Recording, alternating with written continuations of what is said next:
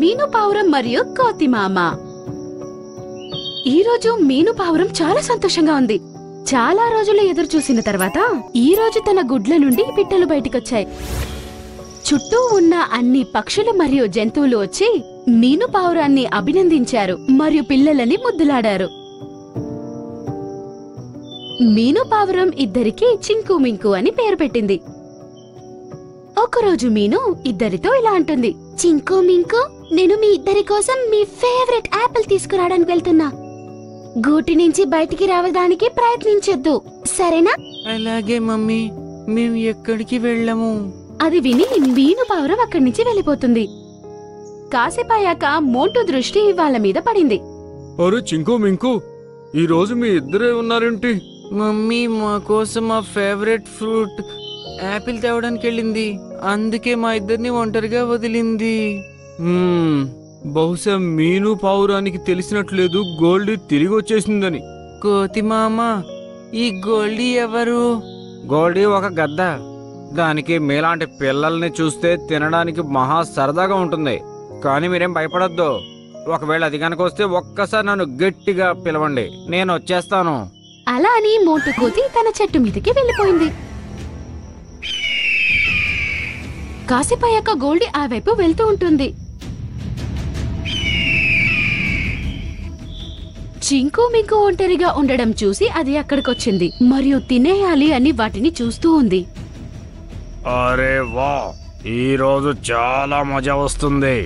చాలా అద్భుతమైన పిట్ట పిల్లలు. ముందు దేన్ని తినాలి, లెఫ్టా రైటా? వాళ్ళిద్దరూ దానిని చూసి భయపడి అరవడం ప్రారంభించాయి. కోతి మామ, తొందరగా రా, గోల్డీ గద్ద మమ్మల్ని తినబోతోంది. వాళ్ళు అరిచే శబ్దం విని మోంటూ భయపడి ఎగురుకుంటూ వారి యొక్క చెట్టు దగ్గరికి వెళ్ళిపోయింది. గోల్డీ వాళ్ళని తినడానికి వెళ్తుంది. అప్పుడు మోంటూ ఆపేస్తుంది. ఈ పిల్లల మీద నీ పాడు దృష్టి పెట్టద్దు గోల్డీ, వెళ్ళిపో ఇక్కడి నుంచి. ఈ రోజు ఈ కోతి మిమ్మల్ని కాపాడింది, కానీ ఈసారి నేను మీ ఇద్దరిని నా ఆహారం చేసుకుంటాను. అలా అని మొహం మార్చుకుని అక్కడి నుంచి వెళ్ళిపోతుంది. కాసేపయ్యాక మీను పావురం అక్కడికొచ్చాక పిల్లలు జరిగిందంతా చెప్పాయి. మోంటూ అన్నా, నీకు చాలా ధన్యవాదాలు. ఈ రోజు నువ్వే లేకపోతే ఈ రోజు నా పిల్లలు నాకు దక్కేవారు కాదు. ఇదే నా బాధ్యత మీను. ఎప్పుడైనా నీకేమైనా కష్టం వచ్చిందనుకో, ఖచ్చితంగా నేనొచ్చి నిన్ను కాపాడతానన్నా. ఇంత చిన్న పక్షి నన్నేం కాపాడుతుందిలే అని అనుకున్నాడు. సరేలే, నేను వెళ్తున్నాను, మీరు జాగ్రత్తగా ఉండండి. కొద్ది రోజుల తర్వాత మోంటూ కోతి ఒక్కటే కూర్చుని తింటూ ఉంటుంది. అప్పుడు ఎక్కడి నుంచి ఒక బుల్లెట్ వచ్చి దాని ఒక కాలికి తగిలింది. దానికి దెబ్బ తగిలి కింద పడిపోయింది. నా కాలు. అది అరవడం విని జంతువులన్నీ దాని దగ్గరికి వచ్చేశాయి. మీను పావురం మరియు చింకు మింకు కూడా అక్కడికొచ్చాయి. కోతి మామ, నీకు గోలీ తగిలిందా? అంటే దాని అర్థం వేటగాడు ఇక్కడ ఎక్కడో ఉన్నాడు. వాళ్ళందరూ చూసినప్పుడు ఒక వేటగాడు వాళ్ళ దగ్గరికి పరిగెత్తుకుంటూ వస్తున్నాడు. జంతువులన్నీ అక్కడి నుంచి పరిగెత్తుకుంటూ వెళ్ళిపోయాయి. మీను పావురం కూడా తన పిల్లలతో పాటు ఎగురుకుంటూ వెళ్లి చెట్టు మీద కూర్చుంది. అరే ఇదేంటి, ఒక కోతికి తగిలిందా గోలీ? సరే, ఏం పర్వాలేదులే, దీన్ని ఏదో ఒక సర్కస్ కంపెనీకి అమ్మేద్దాం. తను మోంటూ మెడ చుట్టూ తాడు కట్టాడు మరియు కాలికి కూడా కట్టాడు మరియు దాన్ని ఒక కట్టెకు కట్టివేశాడు. మోంటూకి దెబ్బ తగిలినందువల్ల అది తప్పించుకోలేకపోయింది. ఇప్పుడు ఏదైనా తినడానికి తయారు చేసుకోవాలి. మీను పావురం మరియు తన పిల్లలు చెట్టు మీద కూర్చుని ఇవన్నీ చూస్తూ ఉన్నాయి. ఒక్కసారి మోంటూ అన్న మీ ఇద్దరి ప్రాణాలు కాపాడాడు. ఇప్పుడు మనం తనని కాపాడాలి. మనం తనని ఎలా కాపాడాలి? నాకైతే చాలా భయం వేస్తుంది. ఒకవేళ మనం కోతి మామని కాపాడలేకపోతే ఏం జరుగుతుందో, పట్నం తీసుకెళ్లి ఆ వేటగాడు ఏం చేస్తాడు ఏమో. అడవిలో అందమైన వాతావరణంలో చేపలు పెట్టుకుని తినడం చాలా బాగుంటుంది. అలా అంటూ తను తన బాక్స్ లో నుంచి చేపలను బయటికి తీసి నిప్పు మీద వేయించడానికి కట్టివేశాడు. ఐడియా వచ్చింది పిల్లలు, జాగ్రత్తగా వినండి. మీరు త్వరగా రైంచు ఖడ్గమృగాన్ని తీసుకురండి, నేను బూరి పిల్లిని తీసుకొస్తాను. అలా అనుకుంటూ ముగ్గురు అక్కడి నుంచి వెళ్ళిపోయారు. పిల్లలు రైంచు ఖడ్గమృగాన్ని కలిసి జరిగిందంతా చెప్పాయి మరియు దాన్ని వాళ్లతో రావడానికి ఒప్పించాయి. ఇంకోవైపు మీను పావురం బూరి పిల్లి దగ్గరికి వెళ్ళింది. చూడు బూరి, ఈ రోజు గనక నువ్వు నాకు సాయం చేస్తే నీకు ఇష్టమైన చేపలు తినడానికి ఈ రోజు దొరుకుతుంది. ఏమన్నావు? చేపలా? ఎక్కడున్నాయి? త్వరగా చెప్పు. నాతో రా, నీకు చేపలు దొరుకుతాయి, అది కూడా కాల్చినవి.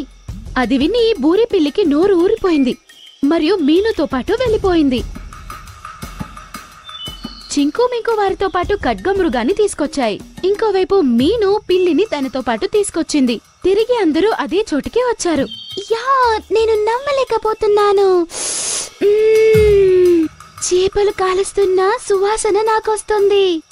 ఇప్పుడు నీ నిరీక్షణ ముగిసిపోయింది బూరి. అక్కడున్న చేపలను తీసుకొని అక్కడి నుంచి గుహ వైపు వెళ్ళిపో. అప్పుడు వేటగాడు నీ వెనకాలొస్తాడు మరియు మేము ఆలోపు మోంటూని కాపాడుతాము. సరే.